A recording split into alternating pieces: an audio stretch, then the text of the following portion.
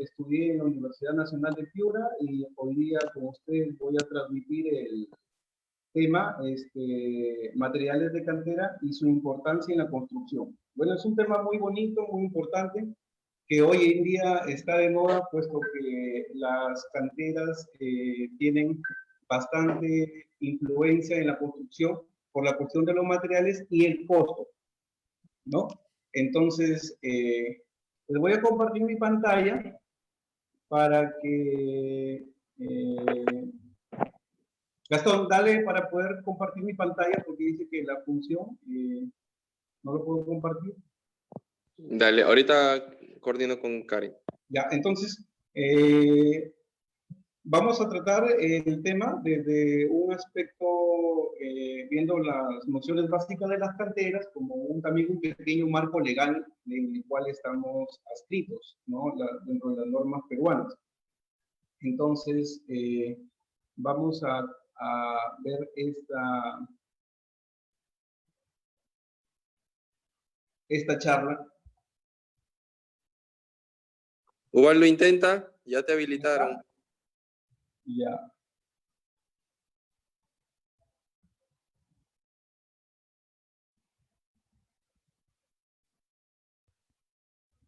Ya, entonces, ¿me puedes ver ahí?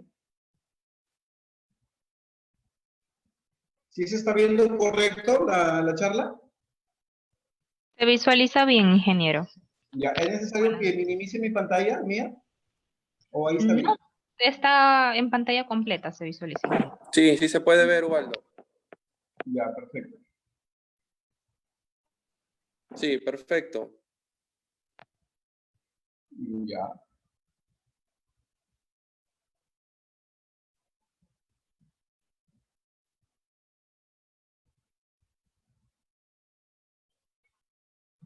Sí, está ok.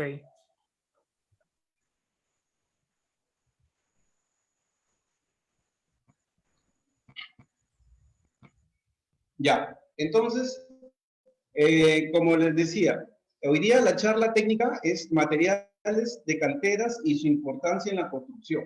Bueno, para eso nosotros necesitamos saber qué es una cantera.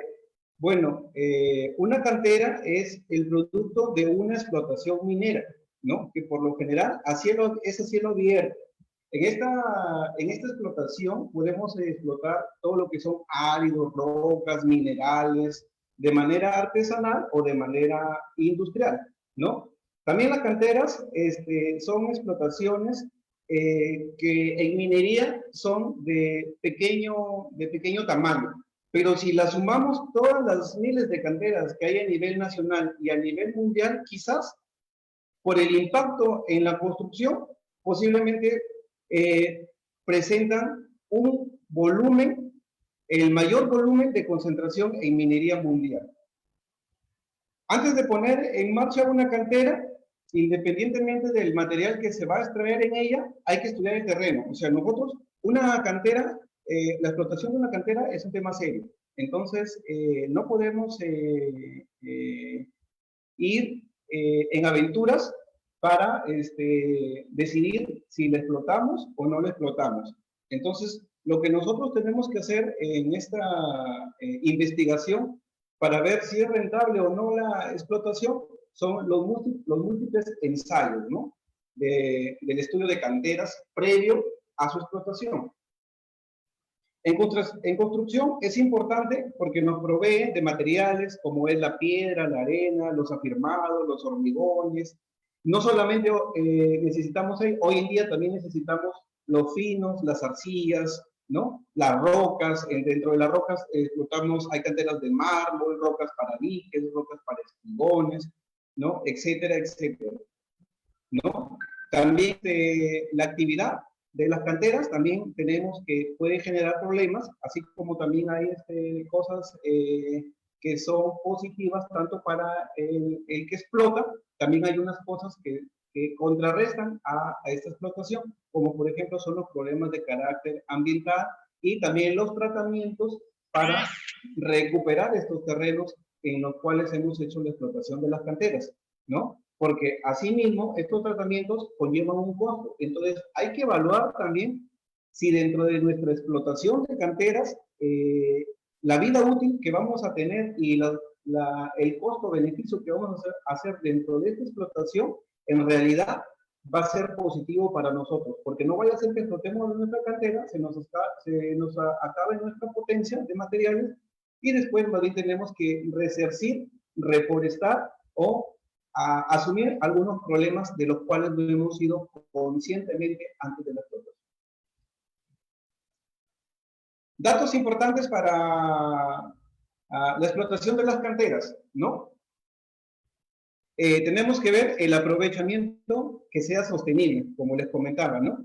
Tenemos que ver la actitud del uso del suelo, o sea que tenemos que ver el terreno donde está instalada esta futura explotación, ¿no? También tenemos que ver el área natural, si es un área natural protegida, tenemos que ver la calidad del ambiente, la calidad del clima, ¿no? Tenemos que ver si hay formas de mantener la conservación, si no vamos a modificar el ornato de todo lo que está en el alrededor, ¿no? Tenemos que ver qué tanto vamos a deforestar, o de repente nuestra cantera está en un bosque seco, o de repente hay un cauce cercano, de repente hay un río, hay una napa freática, hay un acuífero, hay alguna cosa que podamos contaminar. Entonces, todo eso tenemos que ver.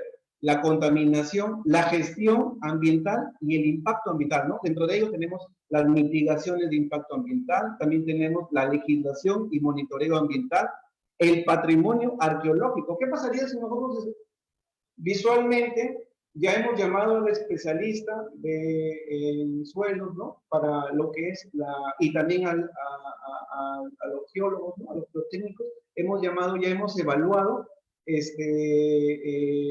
la acumulación de materiales de estas canteras, pero se nos pasó por encima y no hemos visto si hay algún tipo de patrimonio arqueológico, de repente por ahí se ha instalado, de repente alguna cultura que está en investigación, o de repente que hay información de que se podría encontrar estos restos, y en plena explotación nosotros encontramos de repente restos fósiles o algunos residuos que evidencien esto. Entonces, en plena explotación no falta, vamos a ser sometidos a una legislación y nos encuentran explotando y nos van a paralizar todo. Ya tenemos una maquinaria ahí transportada, una inversión de limpieza de esa área. Entonces, todas esas cositas tenemos que tomar en cuenta para lo que es la explotación de las canteras, ¿no? También tenemos que tomar, de acuerdo al área de ubicación donde nos encontramos, ¿no? De repente puede que estemos en una que, por lo general, hoy en día, muchas de las canteras que se explotan están cercanas a fuentes de agua, como son las quebradas, están de repente en las curvas de los ríos, ¿no? Entonces están en esos deltas por ahí que se forman, porque ahí se acumulan. Pero de repente no somos conscientes y nos instalamos, por ejemplo, en una época de verano en donde vienen las lluvias y he conocido casos de maquinaria que ha sido arrasada por todos estos aluviones que vienen a consecuencia de la activación de estas fuentes de agua, como son las quebradas, como son los riachuelos, ¿no? Entonces, todas esas cosas hay que tomar en cuenta en una cantera. De repente, aquí dentro de estos datos importantes son los más básicos. Todo depende del lugar donde nos vamos a ubicar para la instalación de la cantera. Como les decía, la explotación de una cantera es una actividad minera, ¿no? Y una actividad minera es una actividad económica que consiste en el aprovechamiento de las sustancias minerales, o sea, el suelo en sí, todo componente que hay en el suelo es producto de la degradación o residuo de algún tipo de mineral, ¿no?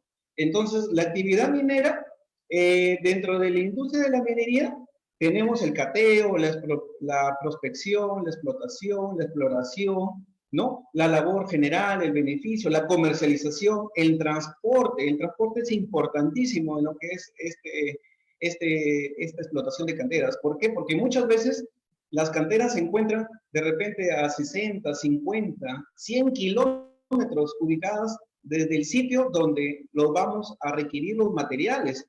¿no? Y por lo general, este flete de esta distancia influye bastante en el costo final del producto que nosotros necesitamos. Por eso es de que la ubicación y el transporte de las canteras es importantísimo. Tenemos que también definir dentro de estas pautas, tenemos que definir en qué concierne esta actividad minera, si es en actividad minera de metálicos y no metálicos. Por lo general, la explotación de las canteras es una explotación de minería no metálica. ¿Ya?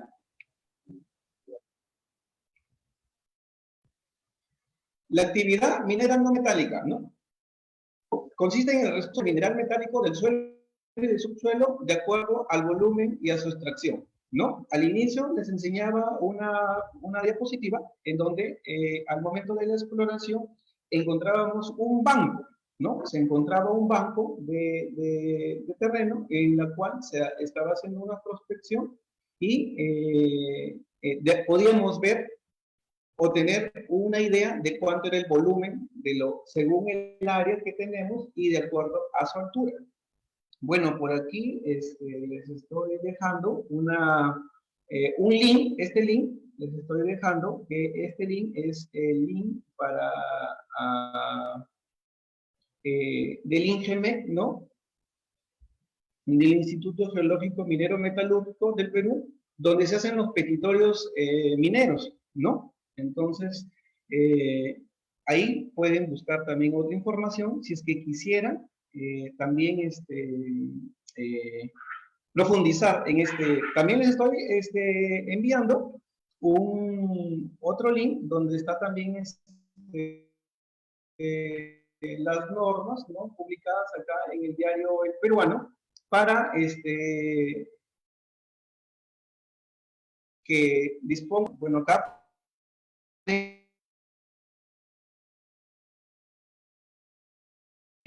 buscar la no a una evaluación especial. ¿Por qué? Porque por lo general nosotros hacemos la explotación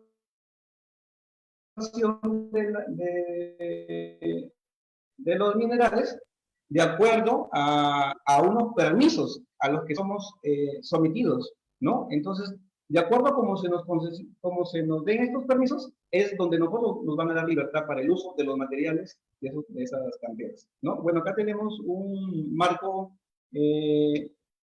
legal para el uso de las normas, ¿no? Institucionales del Estado para la aplicación y validez en todo el territorio peruano, ¿no? Tenemos que nosotros, por ejemplo, tenemos que ampararnos en esta ley 27015, ley especial que regula el otorgamiento de las concesiones mineras, ¿no? Por ejemplo, en áreas cercanas a áreas urbanas o en áreas de expansión urbanas, ¿no? Aquí también les estoy dando un link para que lo puedan buscar, la ley, ¿no? Lo puedan buscar. Aquí les dejo el link en esta diapositiva para que ustedes puedan indagar de esta ley. También tenemos que la ley 28221, ¿no? Que es la ley que regula el derecho de la extracción de materiales, ¿no? De los alveos o cauces del río, ¿no? Por las municipalidades distritales, provinciales, ¿no? Según su jurisdicción, ¿no? Puesto que es competencia para ellos autorizar la extracción de los materiales que acarrean, depositan, ¿no? En los cauces cercanos a aguas, ¿no? O alvéolos, para realizar esta explotación y para el cobro de los derechos que corresponden, ¿no? Entonces, las actividades mineras, por ejemplo, ahorita nosotros nos encontramos en Piura, ¿no? Nosotros nos encontramos en Piura y yo quiero hacer un petitorio para una explotación de cantera de minerales no metálicos, ¿no? Y yo tengo que ir a la Dirección Regional de Energía y Minas del Gobierno Regional, en este caso de Piura, iniciar el trámite y hacer el petitorio para este petitorio minero, ¿no? Para iniciar la explotación. Voy en mi formato.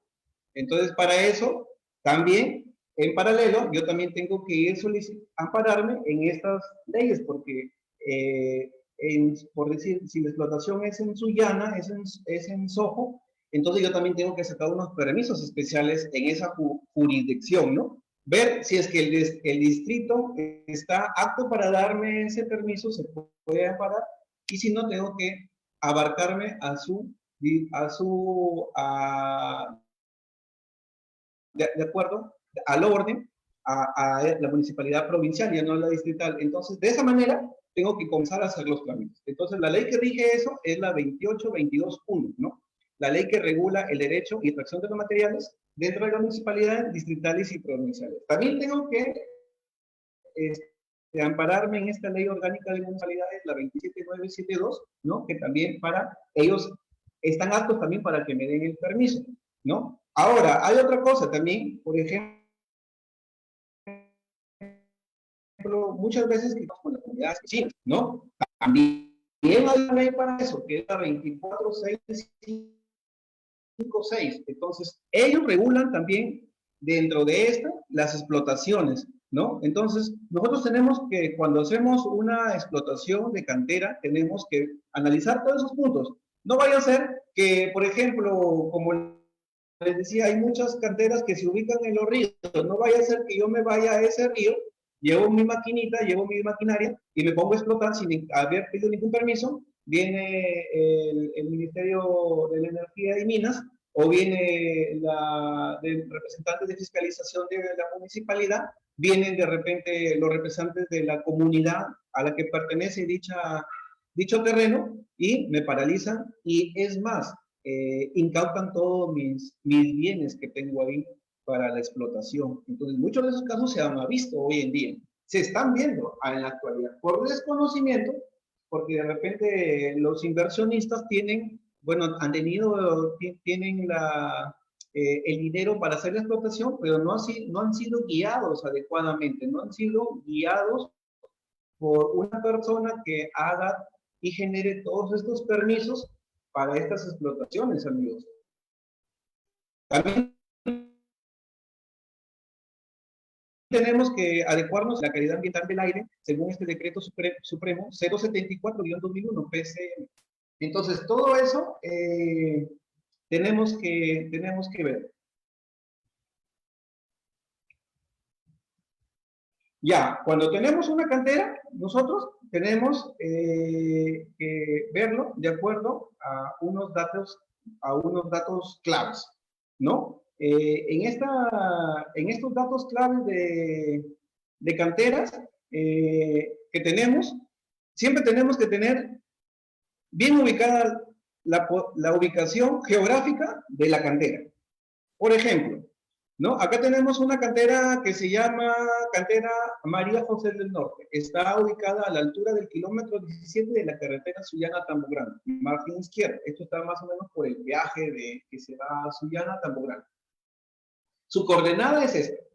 Entonces, y tenemos que el material a explotar es piedra, chancada, arena, afirmados, hormigones, etcétera, ¿no? Entonces, también tenemos que tener presente dentro de estos tipos de agregados, ¿no? De estos tipos de agregados, y también tenemos que ver cuál es su uso, ¿no? Entonces, de acuerdo a eso, que nosotros también estamos viendo el uso de los materiales, ¿no? Es donde nosotros iniciamos la explotación. O de repente es viceversa, ¿no? Estamos ubicando nosotros una cantera que esté muy cercana a nuestra obra, ¿no? Y más bien nosotros somos el cliente, ¿no? Entonces, tenemos que tener bien definido estas cosas, ¿no? La ubicación de la cantera, la distancia de la gravedad del proyecto, ¿no? Por ejemplo, en este caso, la distancia es para una obra de Tambo Grande, perdón, en Sullana, tiene 8 kilómetros de carretera asfaltada y 7 kilómetros de carretera de trocha carrozable. Entonces, hay 15 kilómetros desde la cantera hasta el lugar de la obra. Entonces, he ahí la influencia de la cercanía de esta cantera a esta obra, porque, bueno, en este caso era una obra de irrigación, era un canal y se iba a necesitar los agregados, ¿no? También tenemos que tener la potencia. Por ejemplo, en este caso se hizo una pequeña evaluación, ¿no? Había una potencia de 150.000 metros cúbicos de material, entonces no, el cliente solamente necesitaba 12.000 metros cúbicos, entonces era más que suficiente para seleccionar esta cantera. El propietario, definimos bien el propietario, es privado, era privado, tenía todos sus papeles en regla, porque tampoco como clientes no podemos contratar a cualquier persona que se nos aparezca y nos diga, no, yo tengo una cantera. No, todo tenemos que estar en obra todo tiene que estar con lo que es reglamentación, ok, todos los permisos tienen que estar ok, porque también puede ser incidencia que estemos comprando materiales que no están, que nosotros solamente lo que vemos en la obra, no, tenemos que ver qué hay detrás de esos materiales, qué viene atrás, cuál es la cola que nos podría traer. De repente, por comprar esos materiales a una persona o a un dueño de una cantera que no esté verdaderamente acreditado para explotarla, puede que más bien también salgamos afectados en algún tema legal en la actualidad. Por ejemplo, acá tenemos, ¿no? La ubicación de una cantera y tenemos un croquis de una cantera que lo necesitábamos para esta zona del parque industrial. Entonces, hemos hecho, aquí estamos en Piura, ¿no? Acá estamos en Piura, donde dice el parque industrial de Piura, y nos hemos venido para acá, Sullana, hacemos el recorrido, y aquí estamos en la cantera que les estaba comentando. Entonces, más o menos desde Piura hasta Sullana hay 32 kilómetros, y desde Sullana hasta esta ciudad de Sojo hay como 18 kilómetros. Entonces estamos hablando de casi 50 kilómetros de distancia que estamos recorriendo, ¿ya? Entonces, eso era la cantera más cercana y que contaba con estos permisos para este caso, ¿no? Para este caso. Entonces, este es el ejemplo de adelante, ¿no? Que les estaba comentando que para un canal, miren, ellos estaban ubicados en Sullana, en este canal, y su distancia era de 15 kilómetros. Entonces, para el dueño de cantera, el precio es diferente venderlo a más cercano de donde está su localidad que venderlo en la ciudad de Piura, por ejemplo. Varía mucho, muchísimo. Acá tenemos otra vista donde está ubicada una cantera que es muy famosa acá en Piura, que es la cantera Sojo. Se le llama cantera Sojo porque está en el distrito de acá de Sojo, ¿no? Y está ubicada estas canteras, ¿no? Que son prácticamente, están casi al frente, ¿no? Están ubicados en esta cantera Pampa Bonita y esta cantera Ancosa, ¿no? Si ustedes ven una referencia, acá tenemos en la parte superior izquierda, tenemos el río Chira. Este es el río Chira. Este es el río Chira, y acá tenemos la ubicación de esta cantera Pampa Bonita, pero si ustedes se dan cuenta, toda esta zona que está acá, donde se está explotando la cantera, son márgenes de quebradas, se aprecian, ¿no? Cómo estas quebradas vienen para acá y se pierden aquí en este valle que está acá en la parte superior izquierda, ¿no? Todas estas acumulaciones de estos materiales han estado por acá, ¿no? Y aquí, en esta curva de este río, ¿no?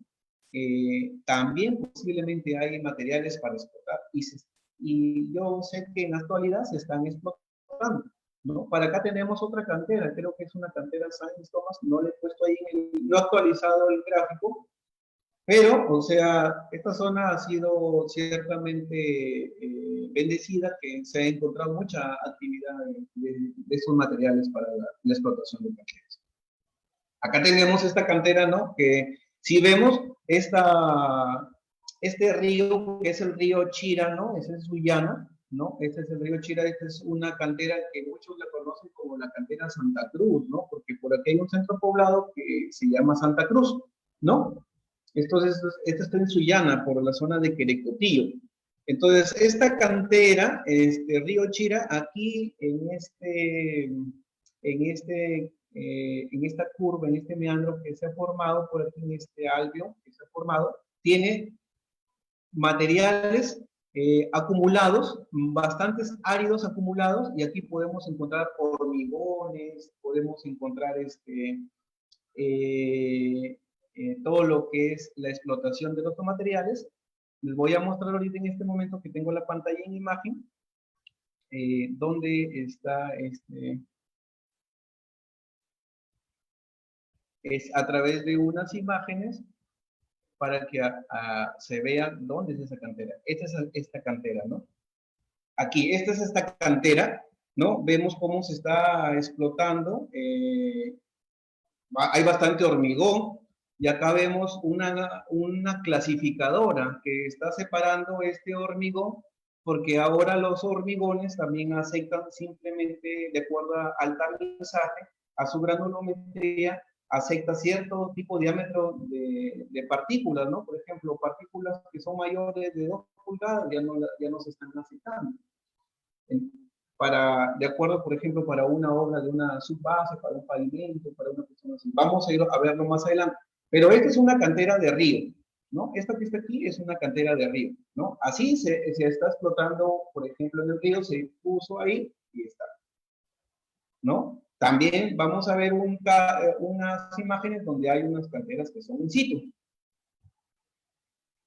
Entonces, por aquí creo que tengo también un videito para mostrarles. Acá tengo un videito para mostrarles de cómo se hace la explotación, minera, ¿no? Entonces, ahí vemos la explotación de esta cantera, que es en un río prácticamente, ¿no? Ahí se está explotando esta cantera, ¿no? La maquinaria, la clasificadora, está haciendo la separación de los agregados, y después estos agregados son llevados al laboratorio, ¿no? Esos agregados son llevados al laboratorio para ver para qué utilidad es que nos sirven. Si de repente, ¿cómo se llama? Tenemos materiales de hormigón. Por ejemplo, aquí vemos en esta esquinita derecha que está acá, vemos materiales de over, los estamos separando, ¿no? Entonces, de acuerdo a eso, a lo que se va recaudando de materiales y que se va clasificando lo que sirve, ¿no? Nos vemos sus ensayos de laboratorio. En este caso era para una obra de pavimentos, entonces estamos ya separando y viendo si es que de manera natural se podría utilizar para una base, para un mejoramiento de la subrasante o como subbase. Primero vamos a definir en situ, ¿no? A través de los muestreos, cómo es de que nos sirve en primera instancia, y de acuerdo a eso, según nuestra necesidad, vamos a hacer los ensayos y echarle los materiales que le hacen falta, ¿no? O de repente está en exceso, vamos a de repente hacer otra metodología, de repente vamos a hacer un lavado, vamos a hacer otro tamizaje de menor diámetro, no sé. Entonces, de esas cositas vamos a ir viendo más adelante. Sigamos acá con las diapositivas. Un ratito para quitar aquí el volumen.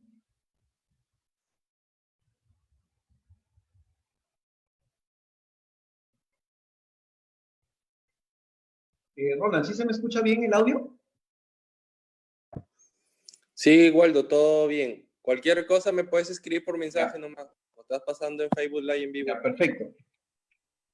Ya, entonces, de acuerdo a esta ubicación, como les decía, de canteras, nosotros llevamos los ensayos al laboratorio, ¿no? Entonces, los ensayos de laboratorio, siempre tenemos nosotros unos ensayos que son, siempre tenemos de Chazo unos ensayos que son básicos, los ensayos básicos de laboratorio.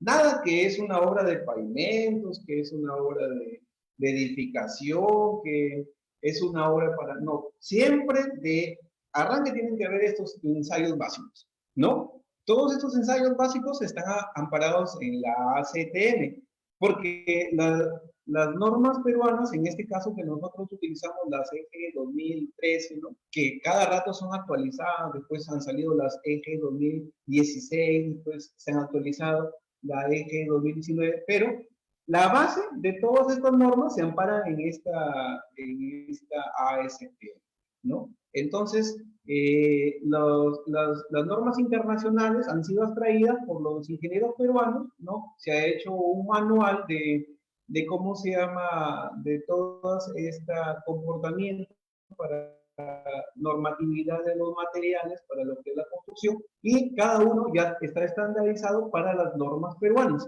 ¿no? Como le digo, todo esto amparado en esta sentencia. Ya, por ejemplo, tenemos que sacar siempre, saber la granulometría, el diámetro mínimo y el diámetro máximo que encontramos en los materiales de la cantera, tanto con fines para ver si puede ser explotado, como también para fines del cliente, del que va a comprar esa explotación, ¿no? Tenemos que saber la humedad natural, ¿no? La humedad natural, el peso específico y el peso volumétrico de cada material. ¿Por qué? Porque el peso específico de una cantera de Piura es diferente que el peso específico de una cantera de Lima, que de una cantera de Tacna, ¿no? Que de una cantera de Estados Unidos, en California, no sé. O sea, son los minerales tienen una composición y peso específico y peso volumétrico diferente, ¿no? Ya más adelante vamos a tratar un tema, vamos a profundizar de la calidad de estos materiales, ¿no? Entonces, el peso volumétrico también sirve de hechazo. ¿Por qué? Porque con eso yo voy a ver el desgaste de la maquinaria. Por ejemplo, es diferente que una maquinaria me cargue 5 metros cúbicos o 15, 25 metros cúbicos de arena, que me cargue los mismos 25 metros cúbicos de piedra chancada. O sea, el peso específico y el peso volumétrico es diferente. Asimismo, los rendimientos de extracción y de acarreo y de llevado al sitio donde se va también es diferente, ¿no? Los volquetes van a estar más livianos o más pesados, ¿no? Es diferente que, por ejemplo, si yo quiero explotar una bentonita, que su peso específico es muy por debajo de estos agregados pétreos, y es un mineral no metálico. De repente puedo tener una cantera y explotar bentonita, ¿no? Entonces, todos esos temitas hay que verlos, ¿no? La densidad natural es importantísima, ¿no? La abrasión también es muy, muy, muy importante, porque puede tener un buen peso específico o un buen peso volumétrico, pero de repente la abrasión es muy abrasiva, ¿no? O sea que al tacto se destruye con facilidad, ¿no? Cuando son sometidas a cargas, se destruye estos agregados, ¿no? Y si incidimos un poquito más, vamos a llegar hasta lo que es el índice de plasticidad, ¿no? Que son los límites de Atterberg, ¿no?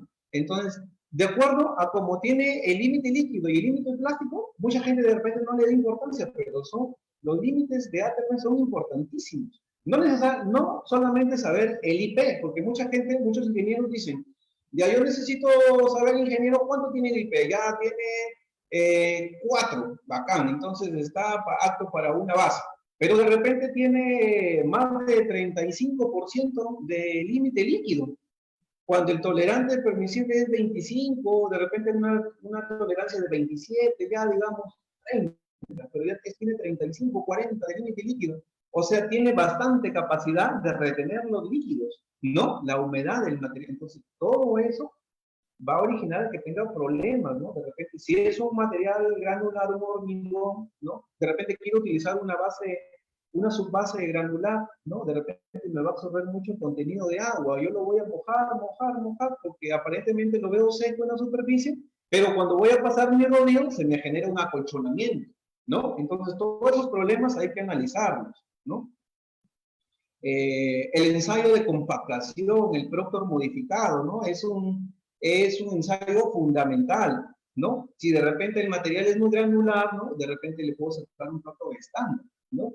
El ensayo para pavimentos ya es un ensayo CBR, ¿no? Un análisis químico. El análisis químico nunca debe faltar en un ensayo de canteras, tanto para explotación como para producto final del cliente. Nunca debe faltar un ensayo de análisis químico, porque puedo tener que el producto me cumpla con todos estos requisitos, pero Si no pasa el ensayo de análisis químico, simplemente no pasa el producto. Simplemente no pasa, ¿no? Por ejemplo, ¿cómo se llama? En subbases, en los análisis, las sales solubles permitidas son hasta 1% y en bases granulares hasta 0.5. Y en concretos es mucho menor, debe estar entre el orden del 0.2 al 0.5, dependiendo para qué tipo de concretos se va a hacer. O sea, todo eso tenemos que analizar, ¿no? Si tenemos una cantera de roca, por ejemplo, ahorita se está utilizando estos diques, famosos diques que se están haciendo de prevención para los defensas ribereñas, ¿no? Entonces, estos diques se tienen que proteger con rocas que estén totalmente probadas a la durabilidad, que soporten la erosión, que soporten el desgaste que también genera el agua, porque el agua no solamente genera erosión, sino el agua también viene acompañado de sales, viene acompañado de otros elementos que de repente nosotros no lo vemos, pero de una u otra forma desgastan los agregados, en este caso las rocas. Tenemos que saber la resistencia en kilogramos por centímetro cuadrado de cada roca, ¿no? Para eso se hacen ensayos diamantinos, se hacen todos los estudios de resistencia, podemos sacar inclusive, sacar un testigo diamantino, podemos sacar ensayo de la resistencia a la compresión de una roca, ¿no? Y saber esto, la resistencia y aparte la dureza también a los ensayos de sulfato, de sodio, de los materiales, ¿no? O sea, es un gran índice. Luego tenemos los ensayos especiales. Los ensayos especiales los tenemos de acuerdo la necesidad de los proyectos, ¿no? En las edificaciones, en los pavimentos, ¿no? Si tenemos una obra de irrigación, drenaje, ¿no? Una obra hidráulica, una obra con respecto a la agricultura, ¿no? Tenemos de repente una planta de etanol, o tenemos una planta que es para una planta azucarera, ¿no? Acá en el norte del país han estado muy de moda, ¿no? Esas, ¿no? Las plantas de etanol, esas plantas azucareras. Entonces, tenemos que nosotros ver los ensayos especiales de los materiales de las canteras y del estudio, basados también, que tienen que ser un complemento de los estudios de suelo que se han hecho de los terrenos en situ.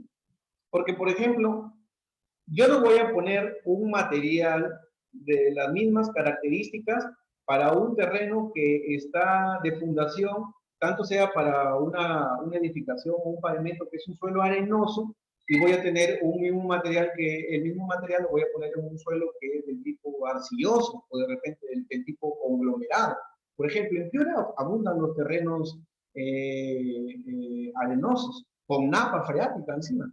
Pero de repente nos vamos a la parte de Talara, de repente, ¿no? De repente nos vamos a Talara, o a la parte de Sechura, a la parte de Paita, ¿no? De repente nos vamos a la zona alta de Paita, zona alta de Talara, zona alta de Sechura, y obtenemos conglomerados que tienen compuestos calcáreos y tienen compuestos con gravía, o sea, son unos suelos calcáreos, son unas rocas sedimentarias calcáreas, ¿no? Que son extremadamente duras, tienen buena capacidad portante, pero tienen bastante insuficiencia con la sal.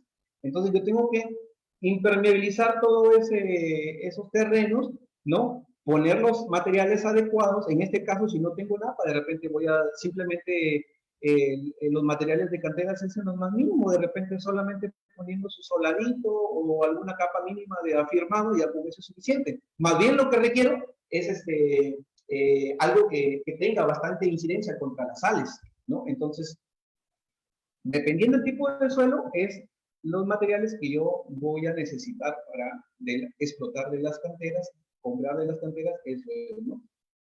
Como le decía, ¿no? Para las zonas industriales, estas nuevas zonas industriales que están saliendo tienen bastantísimo movimiento de tierra. He visto zonas industriales que piden 10.000 metros cúbicos de afirmado para mejoramiento y elevación de la cota subrasante. Imagínense, ¿no? O sea, que te venden el terreno industrial ya todo parejito, todo, pero de acuerdo a las naves que van a necesitar, necesitan primero mejorar la subrasante porque el terreno es un poco, vamos a decir, de baja resistencia a la carga. Entonces necesitan primero acomodar el terreno subrasante, mejorarlo, ¿no? Formar un pequeño terraplén, ¿no? De terreno, ¿no? Una terracería, y después colocar, de acuerdo a las necesidades que tengan, sus losas, y colocar la subbase y la base, ¿no? O de repente algún asfalto, no sé, que ellos crean para su patio de maniobras. Entonces, estas naves necesitan tener todos estos materiales. Entonces, por eso es muy importante los ensayos especiales. Y vamos a entrar a esto, ¿no? Por ejemplo, las especificaciones técnicas para cumplir en la conformación de rellenos, terraplenes, mejoramiento de subrasante, subbase y base granular en pavimentos, ¿no? Entonces, como les decía, ¿no? Hay canteras que son necesarias para la cuestión de mejoramiento de rellenos, ¿no? Y los materiales que yo voy a utilizar, por ejemplo, en estos mejoramientos de terreno, son los materiales. Cuando les hablamos de clase A1A, esos son los afirmados. Un afirmado, vamos a decir, chancado. Es lo más ya que hay de los afirmados.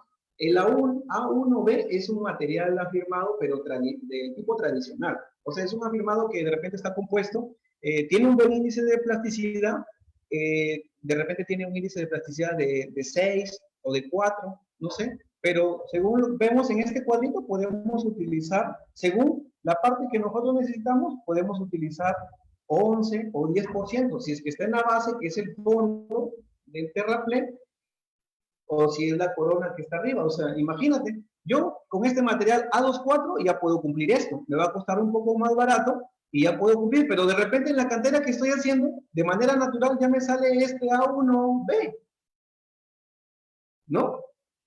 Entonces, soy afortunado que ya encontré este y lo puedo obtener a un buen costo, y echar a mi obra este material, haciéndole un buen tratamiento, una buena compactación, y tener mejores resultados. O de repente estoy en una cantera, en un sitio donde no hay productos, no hay, entonces tengo acá este material A26, que es una arena limo arcillosa, ¿no? Que de repente tiene algunas gravías por ahí, que tiene el tamaño máximo, cumple con los agregados, también cumple con los mínimos, tiene un máximo de piedra, ¿no? Entonces, ese material de repente, ¿cómo se llama? Lo puedo utilizar para un relleno, ¿no? Para un relleno. O de repente puede ser que no tenga nada, pues desafortunadamente no encontré nada. Lo más cercano, encontré una 3, que son unas arenas. Son arenas, de repente unas arenas, de repente tengo unas arenas SP, ¿no? O unas arenas SW, de una granulometría un poco más gruesa, ¿no? Más resistente. Entonces, eso tenemos que ir viendo, ¿no? Y la compactación, los grados de la compactación en este corte y relleno de subbasantes, ¿no? Tenemos que hacerla, que sea, la compactación tiene que ser como mínimo el 95%, ¿no? El 95% debe de ser la compactación, ¿no? Debe ser la frecuencia. Y no solamente hay en casos específicos que se miden la compactación de acuerdo al ensayo de densidad de campo, sino ahora se está utilizando bastante lo que es ensayos con viga de deflexión, ¿no? Lo que es la viga 20, ¿no? Entonces, acá creo que tengo una imagen para enseñarles cómo es que se hace, ¿no? Entonces, por acá tenemos, por ejemplo, este es un ensayo, ¿no? De deflectrometría, ¿no? En donde se mide la deflexión causada a la carga de este terreno. Anteriormente, en la charla pasada, me preguntaron sobre este ensayo de viga. Entonces, este es el ensayo, ¿no? En el cual se pone un volquete y se hace la prueba a esta carga puntual de estos neumáticos, y se mide la deflexión que causa a través de estos diales, se mide, ¿no? Vamos a la tolerancia. Hay ensayos de deflexión subrasantes, en subbases, en bases, ya en pavimento colocado, ya en la carpeta asfáltica. Entonces, todo eso tiene sus estándares, todo, ¿no? Más adelante vamos a decir.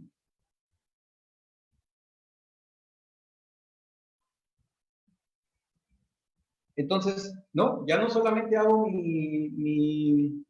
mis pruebas de control de calidad de la subrasante con lo que es la densidad de campo, sino también lo hago con esto, ¿no? Ya.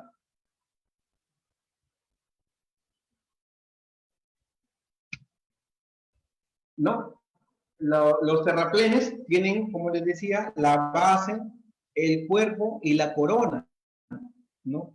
Estos terraplenes, el espesor máximo que puede tener, ¿no? Son de 30 centímetros, ¿no? Salvo que los planos o especificaciones indiquen que no es un espesor diferente. Lo que se recomienda es que estos terraplenes tengan como máximo 30 centímetros. ¿Por qué? Porque la carga en la compactación de los rodillos o de todo lo que son hidrofusionadores o cualquier tipo de compactación, esta compactación va de arriba hacia abajo. O sea, la carga de compactación, ¿no? En la línea de contacto del rodillo con el suelo, la máxima carga se da en esa línea de contacto y va disminuyendo con medida de que se hace la profundidad.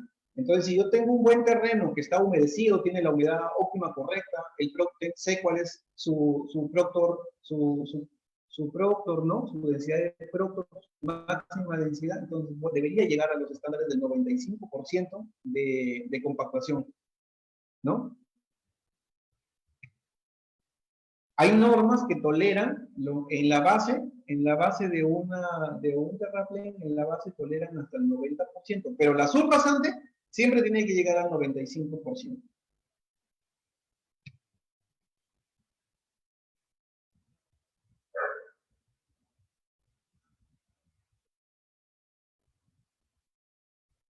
Estas tablitas también lo tengo acá yo en las eje, ¿no? En estas tengo el archivo en PDF, después de repente me pueden escribir o ahí al inicio de la diapositiva está marcado mi correo, tengo un resumen de lo que necesitamos exactamente para hacer esto, ¿no? O sea, me di el trabajo de hacer un pequeño resumen y se lo puedo compartir, ¿no?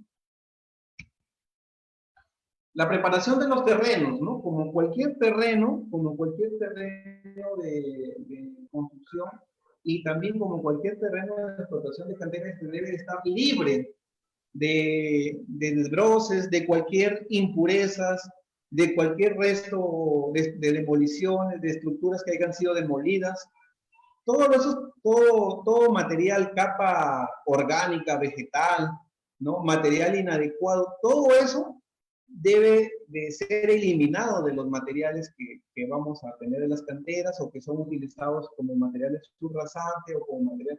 Porque puede ser que el mismo material de la subrasante me sirva como una cantera, o sea, yo lo corté, pero lo puedo utilizar en otro sitio para un relleno, ¿no? O sea, por eso se llama la actividad, el movimiento de tira, corte y relleno, ¿no? Lógicamente tengo que evaluar a través de un especialista de mecánica de suelo si es que ese terreno que voy a cortar se puede reutilizar, ¿no? Entonces, eso es lo que tengo que hacer.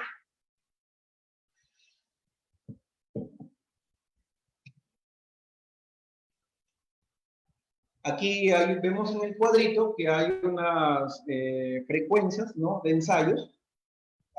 Hay unas frecuencias de ensayos que vamos a tener, ¿no? Por cada cantera, ¿no? O sea, los materiales, ¿no? Por ejemplo, tenemos la granulometría, los límites de consistencia, ¿no? La abrasión, la relación, el proctor, ¿no? Todos los materiales las frecuencias, ¿no? Que se deben de realizar, ¿no? Por ejemplo, tenemos que hacer una granulometría cada 1000 metros cúbicos del lugar de muestreo de cantera para utilizar en un terraplén de mejoramiento de la subrasante, ¿no? Entonces, asimismo, tenemos que hacer una abrasión para para cada 3.000 metros cúbicos de material, ¿no? Para el mejoramiento de la subrasante. Y a medida que vamos subiendo las capas, a medida que vamos que los estratos se necesitan mucho más, que los estratos se necesitan mucho más,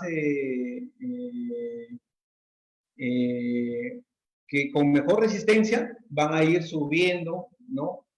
La mayor frecuencia de ensayos, ¿ya? Entonces, vamos a ver acá. Bueno, ya esto creo que prácticamente ya lo hemos visto, ¿no? El mejoramiento de los suelos a nivel de subrasante, ¿no? La colocación, el extendido. Bueno, es importante, ¿no? El extendido de los materiales en la obra, porque muchas veces el material viene con una humedad y que sale de la cantera y cuando llega al terreno, llega con una humedad que se ha perdido, ¿no? De repente, estos materiales tienen en su haber que han estado con una humedad de repente óptima del 7%, 8% o 9%, ¿no? Pero cuando llegan a la obra, como han recorrido 1 hora, 2 horas de camino hacia el destino, entonces puede que hayan tenido una pérdida de humedad y cuando van a ser compactadas no llegan al nivel de compactación adecuado, entonces es porque perdieron el contenido de humedad. Entonces hay que ver todas esas cositas. También se revisa. Yo reviso mi material cuando está en la cantera, lo reviso, hago todos mis ensayos, hago todo lo pertinente, ¿no? Las recomendaciones. También reviso el ensayo, el material que cuando llega a la obra. Porque desde la cantera hasta la obra pueden suceder muchas cosas y ese material de repente ¿cómo se llama? El proveedor o no sé, salió, o si yo tengo un trabajador ahí en la cantera, puede que salió con una característica de repente positiva, ¿no? Y cuando llegó a la cantera, de repente no lo veo un material adecuado, de repente se desvió, hicieron un cambio de material, todo eso. Hay muchas cosas que han pasado por ese tipo de cosas. Por eso es que se influye bastante en la cuestión de la frecuencia de los ensayos. Por ejemplo, aquí tenemos un cuadro para lo que es la subbase granular. Ya salimos de lo que son del terraplén, la subrasante, todo, y estamos acá en este cuadrito donde se muestra la subbase granular, ¿no? Esta subbase granular, por ejemplo, tenemos las 4 gradaciones, ¿no? Tenemos la gradación A. La gradación A siempre es la más granular, o sea, que es la que tiende las gradaciones A son las que tienden un poco al 0 el IP. Y la gradación B es un poco que tiende a tener más contenido de finos. No vamos a decir que es un contenido de arcilla ni nada, porque en las canteras, en estos conglomerados, cuando hacen una explotación también se segrega un filler, ¿no? O sea que cuando desbrozamos todos estos materiales se genera un filler natural, o sea, un polvo natural, producto de la explotación o también del chancado, ¿no? Si fuera, o de la zaranda que tenía la clasificadora, fue botando ese filler, ¿no? Entonces, se ha creído conveniente, ¿no? Lo han graduado desde la gradación A hasta la D. Pero todo eso va amarrado con estos ensayos que están acá. Y se usan dependiendo también de la altitud, también de donde van a ser utilizados, ¿no? Por ejemplo, si yo estoy en un sitio que tiene más de 3.000 metros sobre el nivel del mar, ¿no? De repente estoy yo en Cusco, no sé, en una zona donde tenga más de 3.000 metros sobre el nivel del mar, entonces tengo que utilizar esta gradación tipo A obligatoriamente, pero acá en Piura, ¿no? Que estamos a 40, 33, ¿no? De repente en otros sitios estamos un poquito más abajo, de repente en Paita estamos a 12, 16 metros sobre el nivel del mar. En el Bajo Piura de repente estamos a 14 metros sobre el nivel del mar. Entonces, puedo utilizar desde la gradación A hasta la gradación D. Pero todo va a estar amarrado con los siguientes ensayos, ¿no? Estamos hablando para unos pavimentos, ¿no? Bueno, también a veces, como también las normas de mecánica de suelo, de laboratorio, no han sido tampoco muy difundidas, en algunas obras de edificaciones hacen suya las normas, estas EG 2013 las hacen suyas y las hacen aplicativos, ¿no? Hacen unos aplicativos mínimos a sus subrasantes de los materiales de edificación, porque una edificación también tiene una subrasante, o sea, tiene un material natural donde se hace el solado o el mejoramiento del terreno y lo denominan, hay unos que denominan, entonces, hay ingenieros que utilizan la subbase, por ejemplo, ¿no? Dicen, ya, yo quiero un material de afirmado porque tengo 50 centímetros de afirmado antes de colocar mi zapata. Entonces, lo voy a utilizar como mínimo que tiene que tener la normativa para una subbase. Entonces, ellos ya lo consideran así, ¿no? Utilizan un afirmado tradicional, ¿no?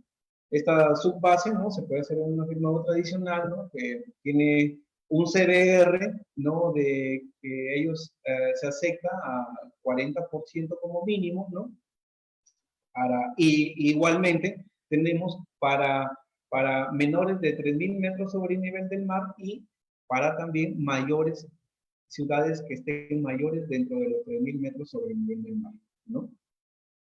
Entonces, tenemos todo esto de lo que es esta tablita donde nos indica la abrasión, el CBR, ¿no? El índice de plasticidad, el límite líquido, ¿no? El límite líquido, 25% como máximo, el índice de plasticidad para las zonas menores a 3 metros, 6% como máximo, el IP. El equivalente de arena es un ensayo importantísimo que ahora se está utilizando mucho en las obras, ¿no? Porque si tú tienes un equivalente de arena que te dé en el rango propicio y tienes la abrasión y el CBR ya, y tienes una buena granulometría de arranque, ya te está cumpliendo con el límite líquido, el límite plástico, se acomodan varias cosas ahí, ¿no? Por arrastre se acomodan varias cosas.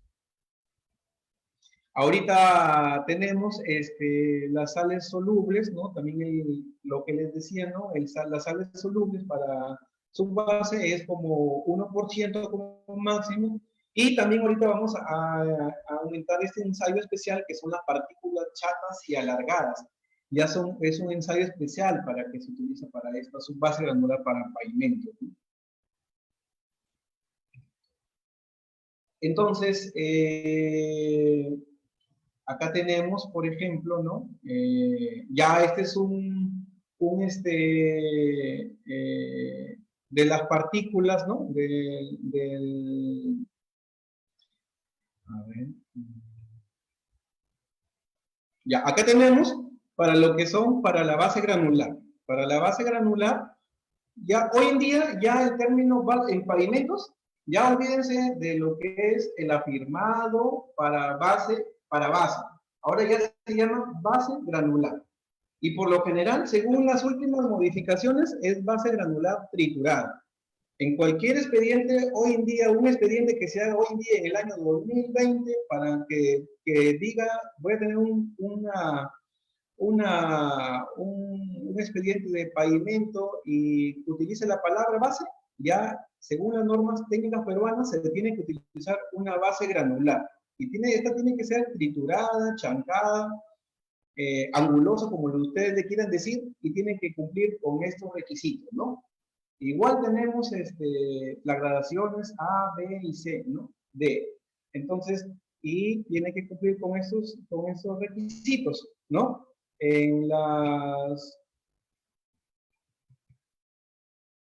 Tiene que cumplir, ¿no? Tener como mínimo las partículas de caras fracturadas, ¿no? Tiene que ser como mínimo el 80%. Con dos caras fracturadas, como mínimo tiene que tener 40%. La abrasión de los ángeles no debe ser mayor de 40%, ¿no? Las partículas chatas y alargadas tampoco no debe ser mayor del 15%.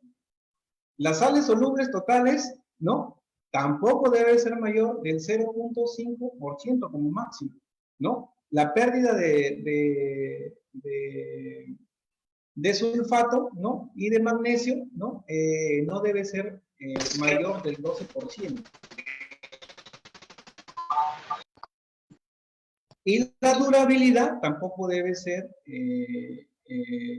mayor del 18%, en este caso, en los terrenos o en las canteras que están utilizadas en 3.000 metros mayores sobre el nivel del mar, ¿no?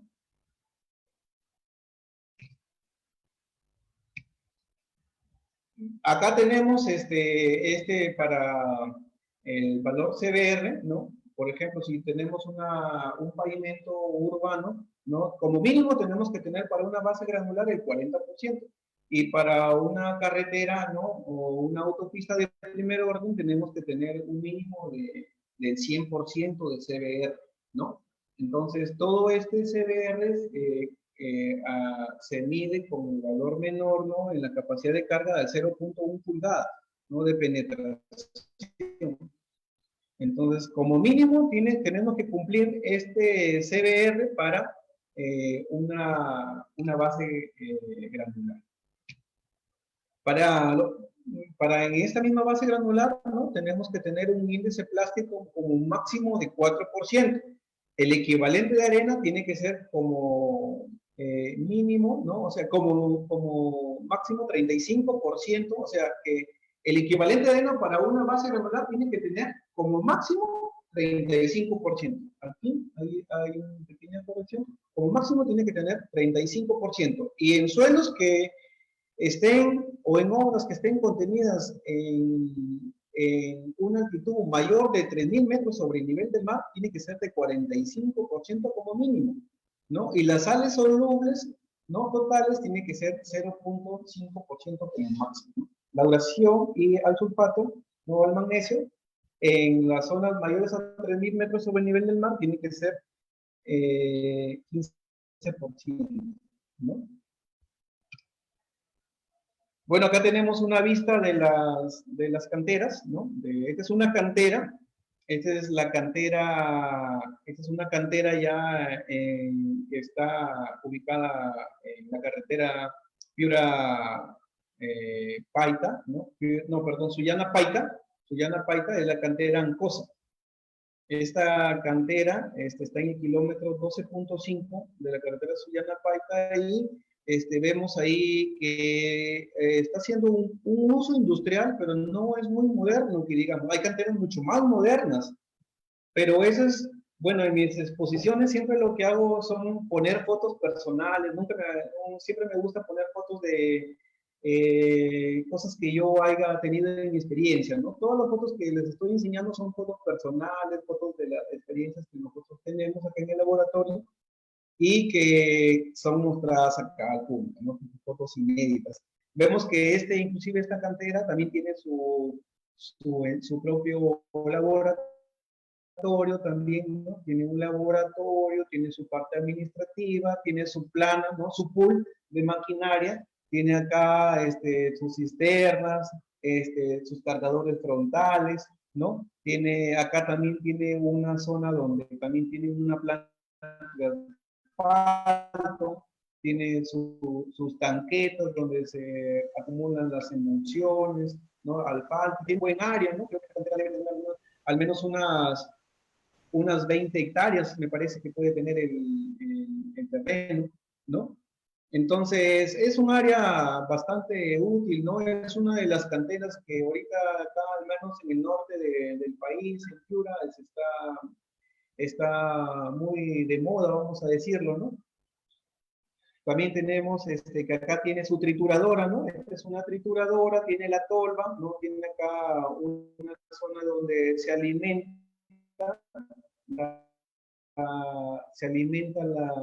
esta tolva, ¿no? Por acá se alimenta y es triturada, y acá viene una separación de las arenas, los fillers, la piedra chancada, de repente por acá ya piedra mayor de 2 diámetros de pulgada que ha sido encontrada, se ha separado. Entonces, todo eso tenemos.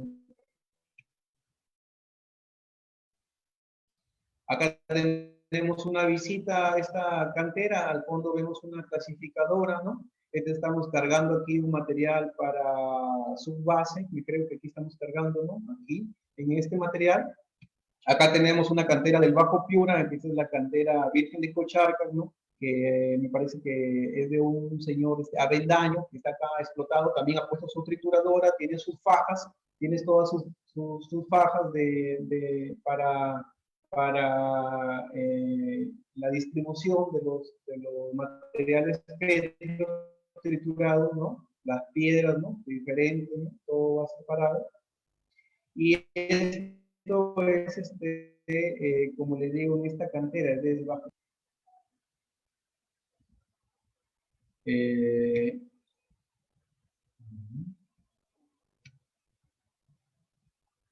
Acá tenemos, por ejemplo, lo que les decía adelante, ¿no? Esta es una foto que hicimos de la ponencia de la semana pasada, ¿no? Tenemos, por ejemplo, esta grava ha sido traída de la cantera Malingas. Entonces, esta grava que está aquí, viene de la cantera, proviene de la cantera Malingas, ¿no? Ha pasado todos los estándares de calidad y puede ser sometida a esta acción de la napa freática. Y esta napa freática tenía mucho contenido de sales. Posiblemente aquí se utilizó el cemento tipo 5 o de repente el cemento tipo MS con algún aditivo, ¿no? Para las sales o impermeabilizante, ¿no? Entonces esta cantera Malinga nos distribuyó esta over, ¿no? Que ustedes aquí se ve que hay over de varios tamaños, ¿no? Nosotros lo conocemos comúnmente como over, otros lo conocen como bolones, ¿no? Otros lo conocen como materiales petros, no sé, ¿no? Pero es una piedra, ¿no? Son unas piedras de canteras, estas sí son de canteras de río, que son áridos que han sido arrastrados de las descargas aluvionales, ¿no? De las quebradas que han sido acumuladas acá en las zonas bajas o medias de la región Piura, en este caso un Campo Grande, una linda, ¿no? Y ha tenido una buena granulometría. Ahí se ve chiquito, pero estas gravas, este over tiene más o menos 14, hay piedras hasta de 16 pulgadas. Por acá vemos una que tiene menor granulometría, ¿no? Se van compactando y se van ejecutando y se van haciendo hasta lograr el mejoramiento del terreno. Acá tenemos una fotografía donde ya se mejoró el terreno, ya se mejoró el terreno. Y de acuerdo a la naturaleza del material, inclusive un material granular ha hecho un bulbo de presiones, ¿no? Hace un bulbo de presiones en el fondo en donde permite el trabajo de la compactación, ¿no? Que es en el proceso constructivo entonces después aquí ya se puede colocar nuestro solado, después que ha pasado la compactación, porque en este caso para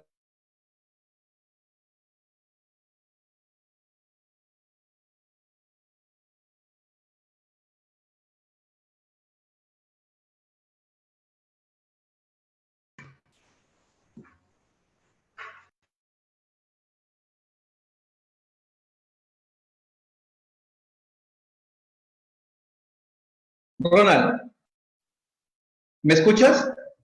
Sí, Ubaldo, te escucho. Lo que pasa es que se cortó, parece se cortó la... ¿Puedes ver mis diapositivas?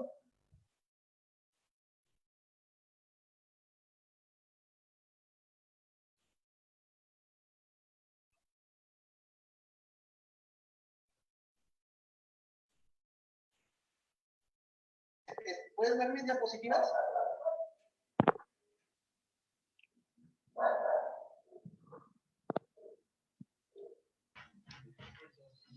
Ya, entonces Aquí estábamos, me parece, nos quedamos, se cortó un poco seguro la transmisión, ¿verdad? Que se cortó. Ya, entonces, venía diciendo que aquí en esta obra, ¿no? Ya se pueden apreciar los trabajos de mejoramiento de terreno, ¿no? Entonces, según esta disponibilidad de materiales, se logró optimizar ese terreno. Donde ustedes lo ven, señores, tiene casi 1,80 m. Yo podría asegurar que es hasta 2 metros de mejoramiento de terreno. ¿Por qué? Porque este terreno, al momento de que se hace un trabajo de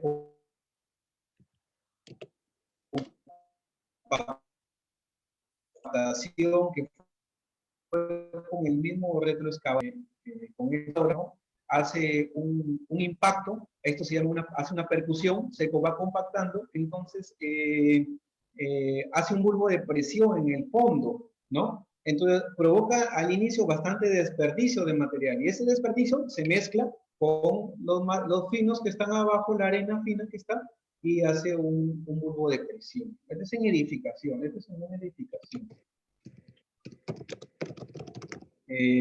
Acá ya vemos, ¿no? Como ya en un lado ya se había ganado el terreno y ahorita faltaba hacer el movimiento de tierras en el otro lado. Entonces ya hasta los camiones, ya se puede, hay pases, ¿no?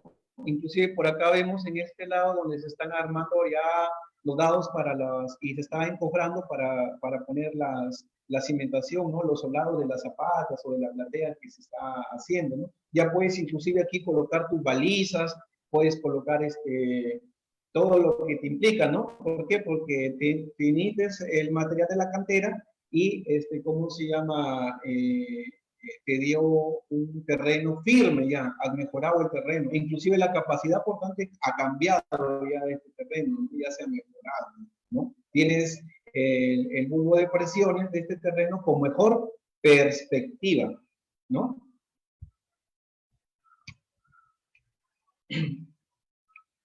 Bueno, por acá también les voy a enseñar, a mostrar por acá bueno, por aquí ya creo que esta es una de mis últimas diapositivas, pero por acá les voy a enseñar unas imágenes, ¿no? De unas canteras que hemos visitado, ¿no? Y cómo es el trabajo in situ de las canteras, ¿no? Entonces, por ejemplo, acá tenemos una clasificadora, ¿no? Esta es una clasificadora americana, esta es una clasificadora americana, ST 4.8. Esta su función es clasificar, esta clasifica los materiales, más no tritura. También hay trituradoras movibles, porque esta trituradora es movible, o sea, aquí estamos en el río, señores, este es el río Chira. Entonces, esta clasificadora, a través de su oruga, viene en una cama baja, ¿no? Una chata viene y es movible, es transportada, ¿no? Entonces, esta clasificadora está acá, ¿no? Aquí estamos realizando los muestreos. Estos son los muestreos, ¿no? Estamos realizando los muestreos de los materiales, ¿ven? Los materiales de río tienen bastante contenido de gravas, ¿no? Tienen bastante contenido de grava, entonces son unos materiales, me atrevería a decir que los materiales de canteras de cauces de ríos son mejor inclusive que los materiales que los encontramos en un terreno subyacente, ¿no? En una cantera, ¿no? Que esté dentro de una población o que esté dentro de un territorio, ¿no? Son de muy buena calidad, son materiales limpios, son lavados, casi el único tratamiento de duración si es que nos piden chancado o nos piden alguna otra característica. Entonces aquí estamos viendo el material, ¿no? Cómo está funcionando y